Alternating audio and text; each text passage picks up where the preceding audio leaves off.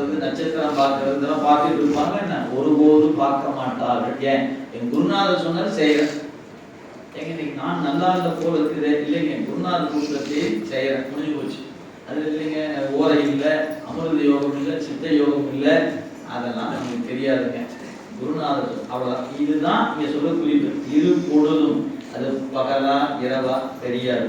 அதுக்கப்புறம் 27 நட்சத்திரங்கள், 9 கோள்கள், இவை இது இது என்று சொல்லக்கூடிய இவற்றை எண்ணி குறிப்பாரோ குறிக்க மாட்டாங்க. ஏன்? நீங்க ஆட்பட்டுட்டீங்கன்னா இதெல்லாம் கலந்து போயிடுது. ஆட்படாத வரைக்கும் தான் இந்த சத்தம் எல்லாம் செல்லும். எது? இந்த நாள் பார்க்கணும், நட்சத்திரம் பார்க்கணும், ஓரை பார்க்கணும், ஒன்னொன்னு பார்த்து பார்த்து பண்ணணும். பார்த்து பார்த்து பண்ணும்போது எப்படி இருக்காரு கொஞ்சம் பாருங்க. எல்லாத்துக்கும் மேல ஒண்ணு இருக்கு. அதனால நீங்க சும்மா அது ஒரு கணக்கு, அது ஒரு கணக்குல போதும். நம்ம ஏன் அதை போய் ஆராய்ச்சி பண்ணுவாங்க? இறைவன்பால் ஆட்பட்டு விட்டால், இறைவனிடத்தில் அன்பு செலுத்திட்டீங்கன்னா உங்க அறிவு எப்போதும் நல்ல நேரம் என்று ஏற்றுக்கும்.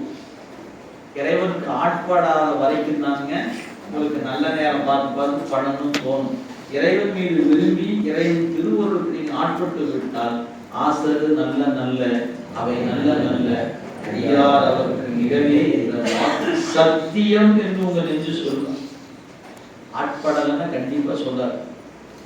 என்னதான் இருந்தாலும் நான் பார்க்கணுமா இல்லையா, அதுக்குத்தானே இதெல்லாம் வச்சிருக்கிறாங்க. அப்புறம் ஏன் இந்த பதிகம் பண்ணாரு ஞானசம்பந்த பெருமான்? நமக்கு அந்த அருள் திறத்தில் நிற்பவனுக்கு இது செல்லாது. நீங்க நிக்கிறீங்களா இல்லையா உங்களுக்கு தான் தெரியும்.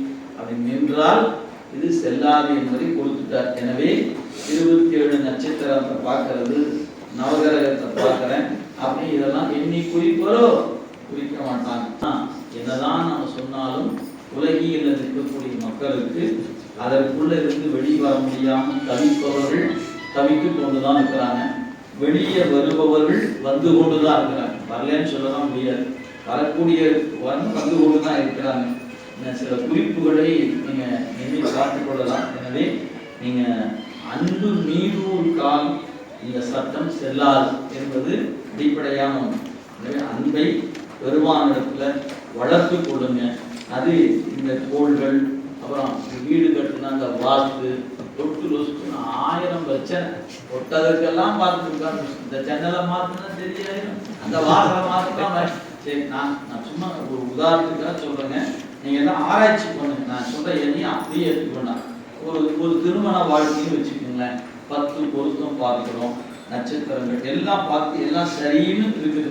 சரி என்ற நிலை திருமணம் ஆனவர்கள் பிரிந்திருக்கிறார்களா இல்லையா? இருக்கிறார்கள். நீங்க ஜோதிடம் பார்த்து திருமணம் பண்ணியவர்கள் நீங்க வாழ்க்கை இழந்து நிற்பவர்கள் இருக்கிறார்களா? இருக்கிறார்கள். இது ஒரு பக்கம். அடுத்தது, வாஸ்து பிரகாரமே கட்டடத்தை 1 இன்ச் மாறாம, 1 சென்டிமீட்டர் மாறாம அது சொல்லப்பட்ட வண்ணமே வீட்டை கட்டி இருக்கிற வீட்டுல இன்பம் இருக்கான்னு குறிப்பாங்க. எல்லாம் சரியா இருக்குது, அப்புறம் ஏன் இன்பம் இல்லை? அது கிரகம் சரியில்லை. கிரகம் எல்லாம் சரியா இருந்தா வீடு சரியா இல்லை. சரி, வீடு கிரகம் சரியா இருக்குது, இன்பமா இருக்கிறாங்க, ஆள் சரியில்லை. இப்படித்தான். எனவே இன்பமும் துன்பமும் எதுவாக இருக்கணும், இன்பம் ஆக்கிக் கொள்வதற்கு வழி உங்க கையில இருக்கிறது. நீங்க எதுவா இருந்தாலும் சரி, வீடு முன்னப்புண்ண இருக்குதா இருந்துட்டு போகுது, பார்த்து முன்னப்புண்ண இருந்துட்டு போகுது. எதை பத்தி கவனிக்க?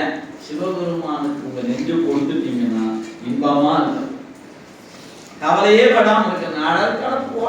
நடக்கு பார்த்துதான் போ. எங்க பாட்டனா எங்க தாத்தன் இந்த வீட்டுனா வாழ்ந்தான், அவன் சம்பாதிச்சு கொடுத்த சொத்து தான் இது. இன்னைக்கு அத்தனையும் வச்சுக்கிட்டு நான் மட்டும் இந்த வீட்டுல இருந்தா நல்லா இருப்பான்னு என்ன, இங்கதான் இருப்பேன், சாக இங்கதான் இருப்பேன், நல்லா இருக்கும், போயிட்டே இருக்கலாமே. பூர்வீகம் ஆகாதுங்க. கொண்டு வைக்கிற வாடகைக்கு வீட்டு வந்துட்டு இருக்கிறத கொண்டு ஆசிரியர் வாடகை விட்டு வாடகை உட்கார்ந்துருக்கிறோமே, எதுக்கு இந்த நிலைமை? அதெல்லாம் இந்த சிவபெருமானுக்கு ஆட்பட்டு விட்டால் இந்த சட்டங்கள் செல்லாது என்பதை திருநாவுக்கரசு பெருமான் சொல்லியிருக்கிறார். என்னன்னு சொன்னாரு? அல்லல் என் செய்யும், அருவினை என் செய்யும், தொல்லை வல்வினை தொந்தந்தான் என் செய்யும், தில்லை மாநகர் சிற்றம்பலவனார்க்கு எல்லை இல்லதோ, எல்லை இல்லதோ அப்படி சொன்னாரு. நம்ம எல்லைக்கு உட்படக்கூடாது. எல்லை இல்லதோ அடிமைப்பட்டேன். எனவே யாரெல்லாம் எல்லை இல்லாத அடிமைப்படுகிறார்களோ அவர்களுக்கு அல்லல் என் செய்யும், அருவினை என் செய்யும், தொல்லை வல்வினை தொன்பந்தான் என் செய்யும், ஒன்றும் செய்யாதுன்னு அர்த்தம். எனவே இந்த சிக்கலிலிருந்து தீர்வதற்கு வழி இறைவனுக்கு ஆட்படுவதுதான் என்பதை நம் சமய நூல்களில் சோத்திரமும் அதைத்தான் காட்டுகிறது, சாத்திரமும் அதைத்தான் காட்டுகிறது.